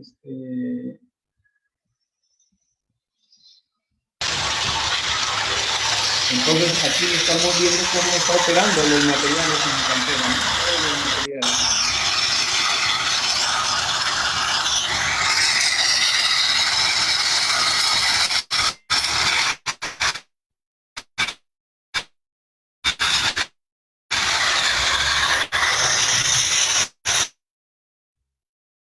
En la cantera de arriba, ¿no? También tenemos unas figuras de maquinaria, ¿no? Tenemos un tractor que cumple la función y también tenemos una, la pata de cabra esta para sacar.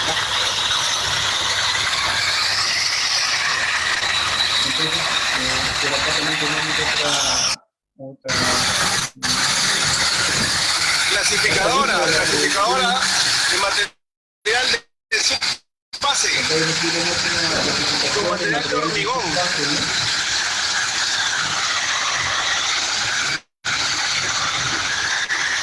Estamos en la cantera Riochila.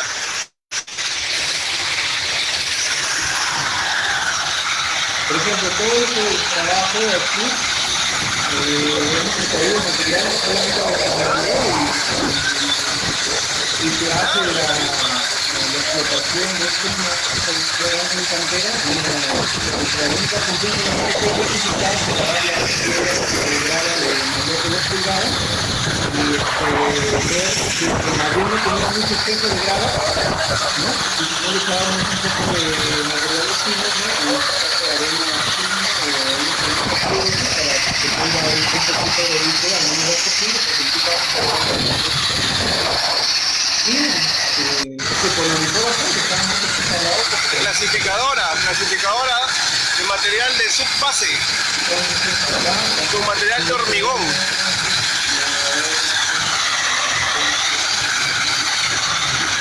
Estamos en la cantera Riochila. Sí. De repente cuando reproduzcas el video, con el audio y vas contándonos porque no te escuchamos muy bien. ¿Cómo? Cuando reproduzcas el video, quítale el audio porque no se escucha muy bien y nos vas contando mejor. Ahí creo que aprovecharemos más. Ingeniero, disculpe la intromisión. Le recomiendo que abra el video con el reproductor VLC. Ya, bacán. Ya, gracias. A ver, vamos a ver. Ya, ingeniero, porque el video al parecer está grabado en 4K, en alta definición, y el Windows Media no reproduce muy bien eso. Ya.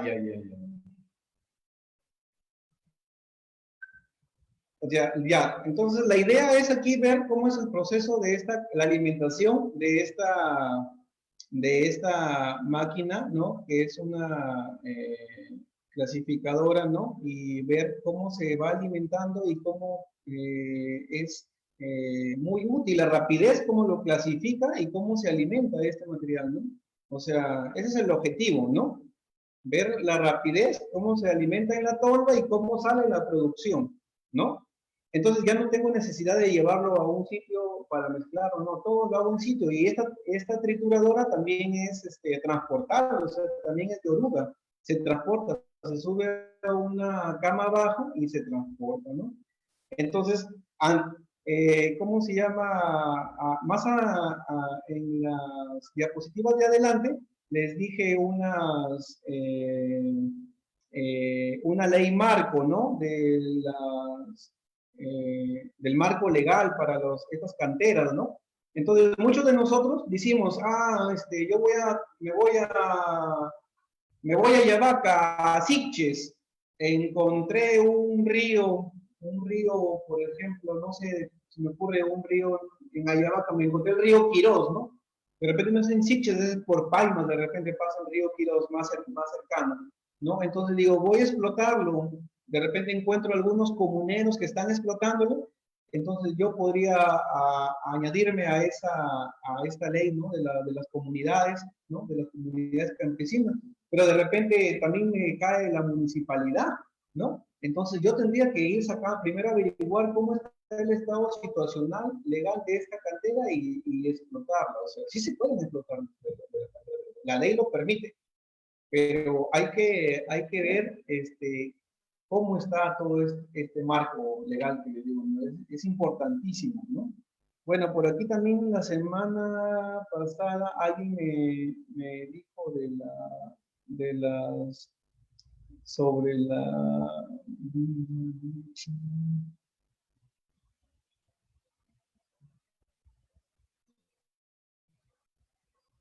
La semana pasada también alguien me dijo, si me preguntó cómo era el ensayo de flexometría, ¿no? Entonces, acá tenemos un video, un pavimento, no importando el ensayo sea y cambian, son lógicamente los parámetros de interpretación, tanto para tolerancias, eso es lo que cambia. Entonces, Ubaldo, no ahí sí se podemos va ver la midiendo. pantalla. Compártenos tu pantalla. Ah, No podemos ¿estás apreciar viendo la la pantalla? pantalla, correcto. Ya. Entonces ahí se está viendo, ¿no? Cómo es el ensayo de espectrometría de Viga Benkelman, cómo es que está, cómo se hace el ensayo in situ, ¿no? Aún no podemos verla, Ubaldo, no ha salido. ¿No la puedes ver? No podemos ver la Ya. diapositiva. Entonces el archivo, lo que pasa es de que el archivo es muy, bueno, es de alta definición. Bueno, de repente más adelante en otra charla que tengamos, amigos, de repente lo podemos tratar, ¿no? Bueno, esto es un poco lo que les había preparado. Bueno, sé que hay bastante información por difundir, hay bastantes cosas que todavía están que hay en el camino vamos a tratar de repente realizar una nueva charla, otra charla para complementar nuestros conocimientos, pues, ¿no? Entonces, si tienen algún tema de sugerencia, que de repente quieran que les prepare una charla o en lo cual podamos profundizar, también me pueden decir y con mucho gusto les haré la charla, ¿no? Entonces,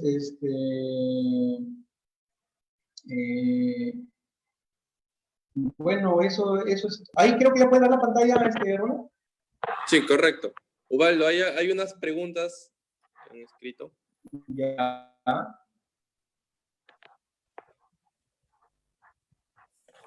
Dime, Ronald. Jorge pregunta, ¿cómo se calcula la potencia de una cantera? Ah, ya, claro. La potencia se calcula de acuerdo a su área. Entonces, la cantera, por ejemplo, tienes una cantera por decir, de 10 hectáreas, ¿no? Entonces, nosotros tenemos una cantera que es, como te digo, de 10 hectáreas, o de repente tenemos 50 hectáreas, que es el denuncio, ¿no? Entonces, esa cantera nosotros hemos hecho sondeos, por decir, que tenemos en 10 hectáreas está la concentración de materiales, ¿no? De repente en esta cantera está la concentración de materiales y se ha hecho la explotación, perdón, el muestreo de estos materiales. Entonces, ¿qué pasa? Que al hacer este muestreo de estos materiales, nosotros primero tenemos que llevarnos en la topografía de la cantera, ¿no? ¿Por qué? Porque para eso tenemos nosotros que hacer un plano topográfico a nivel de curvas de nivel, ¿no? Sacar una malla de la superficie de la cantera. Primero sacamos una malla de la superficie de la cantera y con calicatas hacemos los muestreos, ¿no? Las calicatas pueden ser calicatas manuales o calicatas barrenadas, ¿no? Con métodos de prospección geotécnicos, ¿no? Pueden ser diamantadas las calicatas o también pueden ser calicateadas con una retroexcavadora, algo, pero también eso nos genera limitaciones. Por ejemplo, tenemos una retroexcavadora y el brazo no creo que no podemos llegar más de 6 metros, o 8 metros, de repente hablamos en extremos, ¿no? De profundidad. Entonces, por ejemplo, en esta imagen que no sé si se ve aquí de esta cantera, en esta imagen, dice que tiene en su superficie tiene aproximadamente, primero, una cantidad de material de agregado aquí en la superficie. Se nota que es el material de afirmado, pero intermedio tiene un material de una arena, una mezcla, y es un poco fina, pero más abajo tiene ya toda la concentración de todos los materiales, ¿no? Y en el río también es un poco más difícil sacar el muestreo, porque de repente está el agua, ¿no? Te invade el agua proveniente del mismo río o de su napa freática que ha generado el mismo cauce, ¿no? Entonces, lo que nosotros primero tenemos que tener siempre presente para sacar la potencia de la cantera, primero, ver la topografía, destacar el área utilizable y con sondeos ver la profundidad. Entonces, si ya tenemos el área y la profundidad, vemos cuál es el material altamente explotable de esta cantera. Ahora, que si vamos a decidir si es un material para base, para subbase, para over, para arena, ya eso depende de los ensayos de laboratorio que está. Pero a grueso modo, esa es la cantidad explotable de una cantera. Ok, perfecto. Preguntan también, para utilizar base granular, ¿se puede utilizar el material encontrado en su estado natural si es que tiene caras fracturadas? Claro, claro que se puede utilizar, por ejemplo, en Lima, en Ica, hay muchas canteras que tienen, que han sido, los explotadores de canteras son muy afortunados y han encontrado materiales pétreos muy angulosos desde la explotación en situ, en su cantera, y ya no es necesario triturarlos, pero esos son materiales que a veces muy por lo general son explotados en faldas de cerros, en algunas llanos que se han completado ahí estos áridos, ¿no? Dependiendo de su formación geológica, como lo mencioné en el comienzo, ¿no? Todo toda una cantera en Perú es diferente que una cantera de repente en Estados Unidos, que una cantera en Japón, no sé, todos son diferentes. Todo es diferente. E inclusive hasta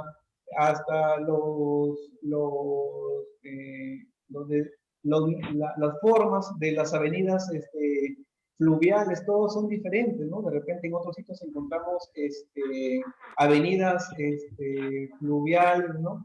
Y depósitos, depósitos aluvionales que se han contenido más gruesos, porque han sido aluviones más fuertes los que se han hecho en esa región, en esa zona. Entonces, por eso sí se puede encontrar y sí es válido utilizar para una base. Lógicamente, tenemos que llevarlos al laboratorio, verlos si cumplen, si está dentro de parámetros, y utilizar.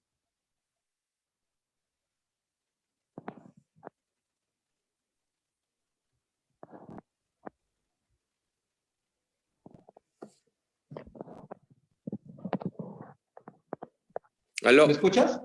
¿Tienes Sí. otra pregunta? Sí, excelente, Ubaldo. Hay una pregunta, Francisco consulta. ¿Qué pasa si nos excedemos del porcentaje de sales en una base de afirmado? ¿Cuál sería la consecuencia y qué solución se le puede dar? ¿Qué tratamientos recomienda usted? Ya, disculpa, ¿cómo no te capté porque estaba leyendo acá una pregunta? Ya. ¿Qué pasa si se excede el porcentaje de sales en una base de afirmado? ¿Cuáles serían las consecuencias y qué solución o tratamiento se le puede dar a la misma? Ya. ¿Por qué? Porque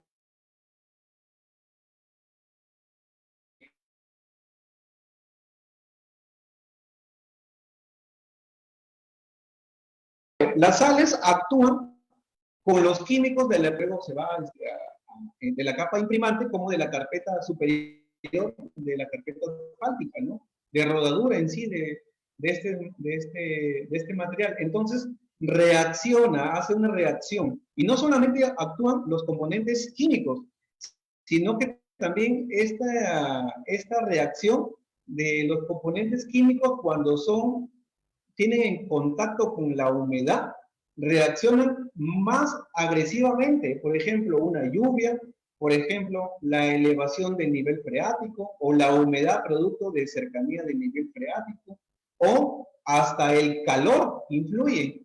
¿Por qué? Porque las sales ascienden a la superficie por capilaridad, ascienden las sales, se mezclan con estos productos que son productos químicos, ¿no? Son unos productos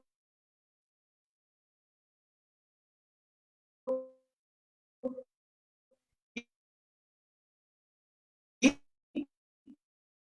hacen una reacción química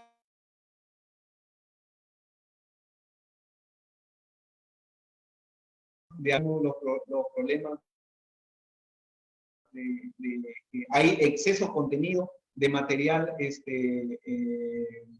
bituminoso en la superficie, porque de repente se separaron los áridos de la emulsión asfáltica, ¿no? Entonces, es un problema importantísimo el que se genera por el exceso de sales en este base granular, ¿eh?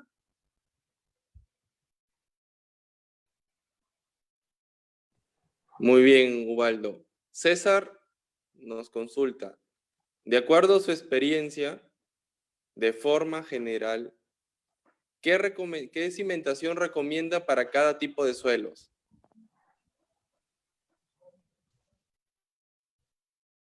La pregunta no te copié. Para cada tipo de suelos, en su experiencia, ¿qué tipo de cimentación recomienda?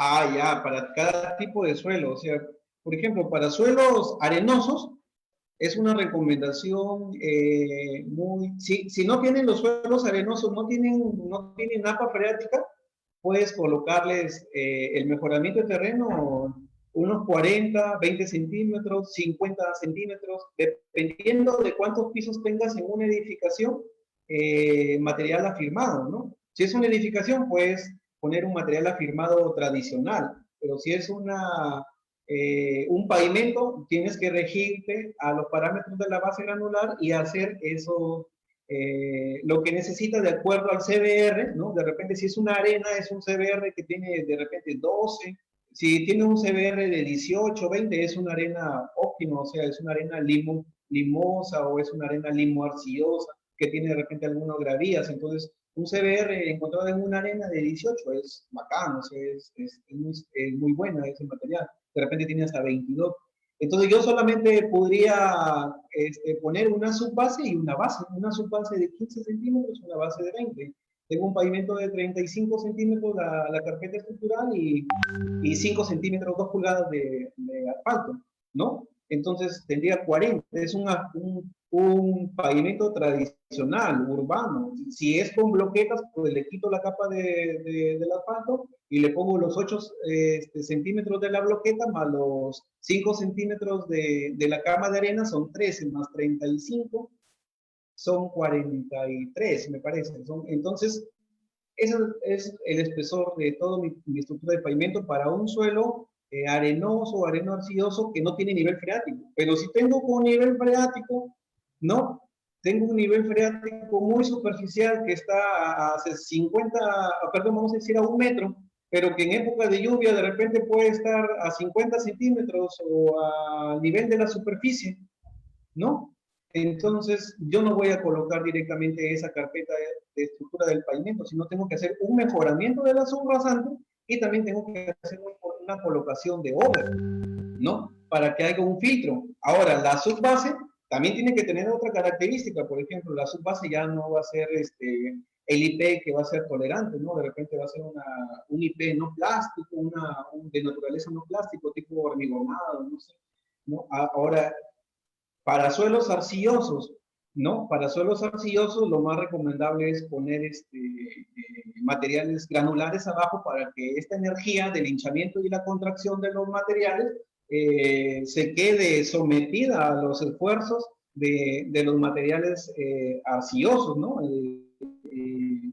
Entonces, si tenemos grava o over, así sea de granular, hablando de 2 capas, de 4, de 6, ¿no? Entonces, ponemos primero una capa de over, ¿no? De repente después ponemos otra capa de hormigón, con la finalidad de que cuando estas arcillas se alimenten de agua, ¿no? Entonces se hidraten estas arcillas, se hinchen y hagan el bulbo de presiones que genera estos materiales granulares, haga la disipación de esta energía de hinchamiento y contracción de los materiales, ¿no? Eso es lo que se puede hacer. Y si tienes un material, por ejemplo, si de repente tienes un terreno muy óptimo, que de repente está ubicado en una zona donde aparentemente el terreno es como si estuvieras en una cantera, simplemente le pones el solado. Y si tienes un pavimento, simplemente le pones tu base granular y tu carpeta de asfalto, ¿no? O tu losa de concreto, si en caso es un patio de maniobras de alguna planta industrial, o no sé, o sea, todas esas cositas dependen del tipo de suelo, ya eso se determina en el estudio de mecánica de suelo también, que es muy importante. Ok. Listo. Ubaldo, acá hay una pregunta interesante. Ya. Renzo nos consulta, ¿qué debería hacer la supervisión si en una obra de enrocados de protección de río el expediente técnico solo indica suministro de roca? Aparte de los ensayos respectivos, ¿debe requerir algún tipo de permiso adicional para la extracción de canteras o es responsabilidad del proveedor que cuente con los permisos respectivos para su venta? Ya, justamente aquí lo estoy viendo yo en pantalla, Ronald, esa pregunta es una pregunta importantísima. ¿Por qué? Porque en esta modalidad de que se contratan, ¿no? Que se hacen los contratos para este paquete de obras que se está ejecutando, prácticamente todo en la zona norte del país, ¿no? Se están haciendo defensas ribereñas en Tumbes, en Piura, ¿no? Estamos haciendo defensas ribereñas me parece, en Lambayeque, ¿no? En Trujillo creo que también hay unos sitios donde ya se está planteando y se están posiblemente ejecutar los defensas ribereñas. Entonces, ¿qué pasa? De que no hay muchos contratistas, no hay canteras de roca, o de repente están muy lejanas. Yo acá en Piura, que estamos, ¿no? He ido a buscar canteras hasta por el lado de Lancones, el lado de la cantera Fernández, por Máncora. Imagínate, son sitios que tienen más de 200 o hasta cerca de 250 kilómetros de distancia, ¿no? Entonces, desde ahí ya tengo una gran problemática y que están encima fuera de fuera de la jurisprudencia de la municipalidad distrital o provincial, ¿no? Ya son intercambio provincias, ¿no? Entonces, ¿cómo hago yo para explotar? Bueno, en este caso, el proveedor de los materiales debería, si él propone su venta de esta roca, él ya debería de haber gestionado la explotación de este mineral, porque un dueño de una cantera ya debe de estar con todos sus papeles en regla. Pero ¿qué pasa? Muchos me dicen, no, pero es muy poco común de la explotación de la roca, ¿no? Y el volumen que hemos encontrado, lo más cercano, no nos abastece en esta zona. Entonces necesitamos más volumen para poder tener más frentes de trabajo y comenzar a acarrear material y poder continuar con las labores en la obra. Entonces, lamentablemente tienes que traerte todos los sitios, ¿no? Entonces, ¿qué hacemos? Pues ya tienes la norma, entonces, caballero, la contratista tendría que también asumir un plan de mitigación de este riesgo que se ha encontrado, como es el no tener una cantera de roca que te pueda solventar una ejecución de una obra, porque eso es un riesgo que no se preveía, ¿no? O sea, ahorita que están bastante de moda los temas de mitigación de riesgos, ¿no? En obra, entonces eso también es un buen punto. Pero por lo general, como les digo, el proveedor ya debería de tener todos los permisos. ¿Por qué? Porque esta roca no solamente es que lo extrae, ¿no? Hay que tener un permiso en donde tienes que utilizar voladura, tienes que utilizar otros métodos con otra maquinaria que no se encuentra ni siquiera acá en Piura, sino hay que traer otros maquinarios de repente del centro del país, de Lima o del extranjero. Hay que tener la suficiente implementación de las drogas de extracción, la suficiente implementación para los sistemas de voladura. No sé, o sea, dependiendo cómo se encuentre, pero por lo general ya el proveedor debería de estar con todo eso. Entonces la supervisión debería de solicitarle toda esta documentación al contratista, pero si lamentablemente no lo tiene ni el contratista, ni el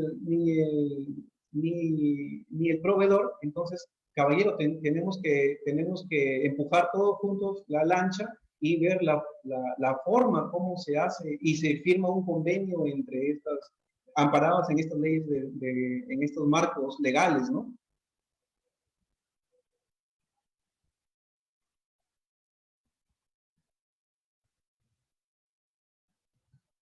Eso es lo que te podría decir, Ronald, al amigo Renzo Rivas.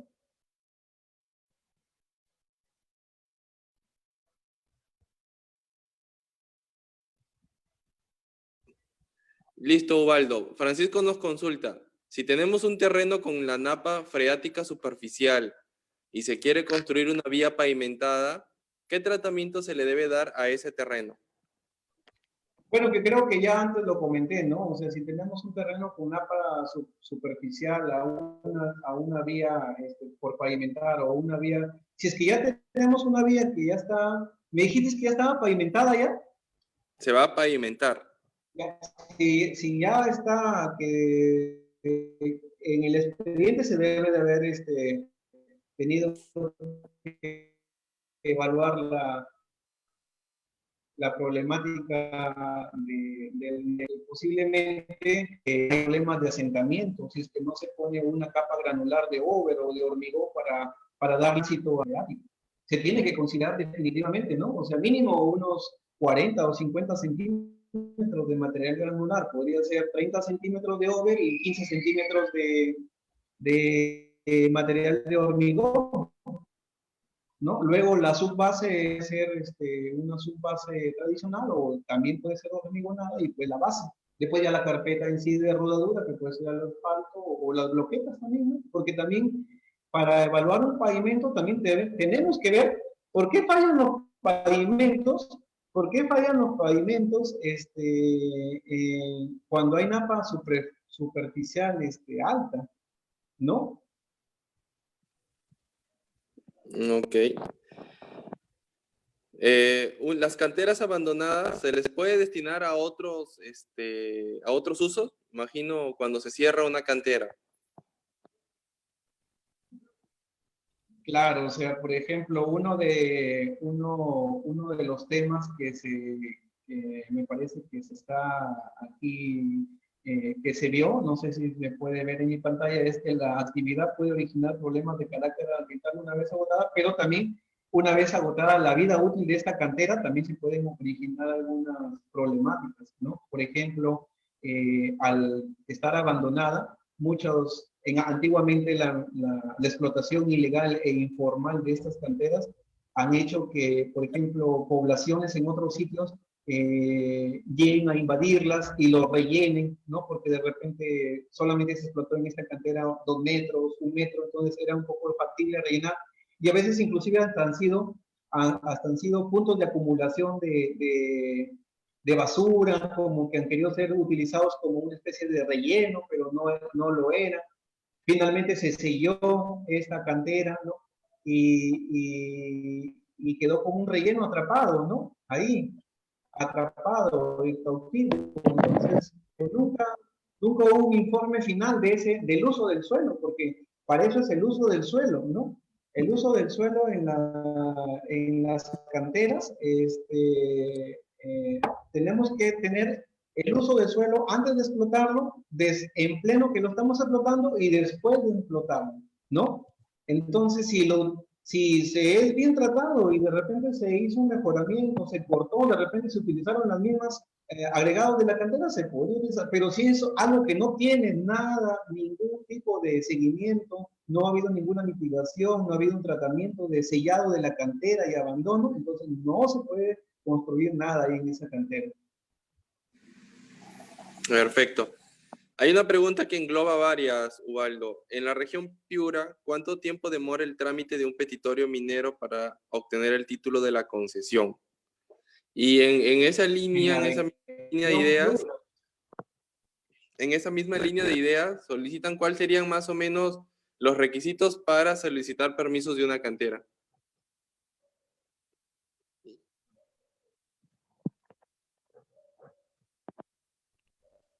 Lamentablemente en Piura y la burocracia ha hecho que las solicitudes de los petitorios mineros, ¿no?, para explotación de no metálicos de una cantera se haga muy prolongada. Yo he sabido que a veces hay hasta canteras de que sí, ya están cumpliendo su trámite, pero con el silencio administrativo, como no se le respondió, no está, mientras ya comenzaron a hacer, ¿no?, las operaciones. Muchas veces el año y medio, ¿no? Pero esos trámites estén como un máximo de tiempo de un año, no debería de, y como una petición óptima debería de ser como mínimo unos 6 meses, ¿no? Y sobre todo de se me fue la parte del punto, perdón.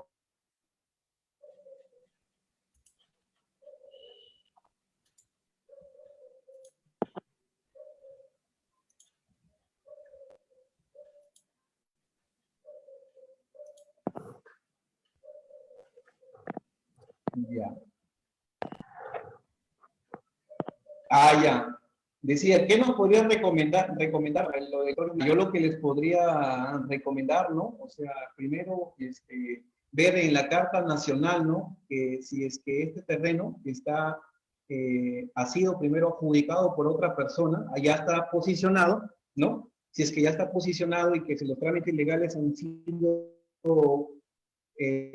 considerados ya por otro, pedido por otra persona o por otra entidad, para ver, si no, ir al punto, a los puntos más cercanos, que es cada región tiene su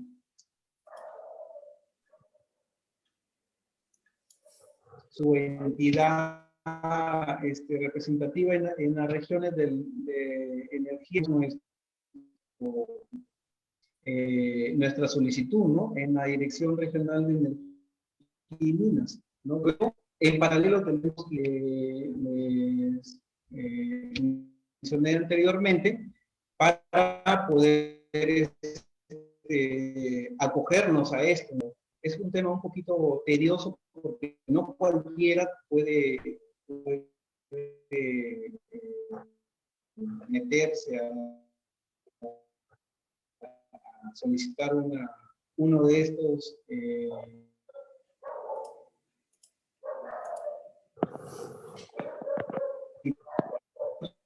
por cada hectárea que se va a... Debemos de tener lo más básico, la línea de base ambiental ya lo tenemos que tener ya puesto. Eso creo que son más que todos los requisitos que más demoran en ejecutarse, ¿no?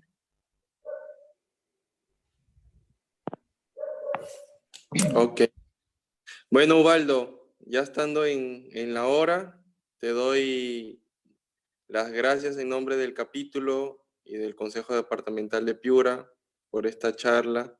Ha estado muy interesante, creo que a muchos nos has disipado muchas dudas que teníamos y nos has dado muchas luces de cómo actuar en el tema de canteras.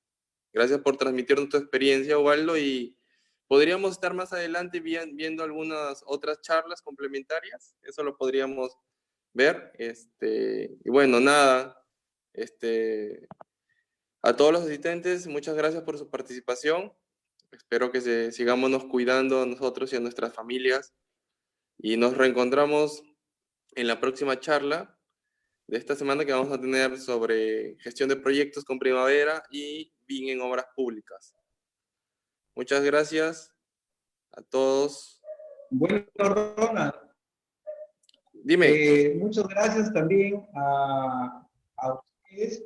Muchas gracias a ustedes por permitirme llegar con esta transmisión de mis experiencias y de conocimiento. Para mí también el retroalimento de todas sus preguntas, de todas sus inquietudes, y muy gustoso. Estoy atento a sus peticiones para colaborar con el Colegio de Ingenieros y hacer un poco más agradable estas semanas de cuarentena que hemos estado viviendo acá en el Perú, y de repente también un poco aprendiendo, ¿no? estos temas que son importantes hoy en día, y les deseo también, amigos, a todos ustedes lo mejor, ¿no? Espero que también se encuentren en la seguridad de sus hogares. Les deseo lo mejor, y bueno, hay que tener un ánimo optimista, positivo de todo esto, y vamos a salir. Ok.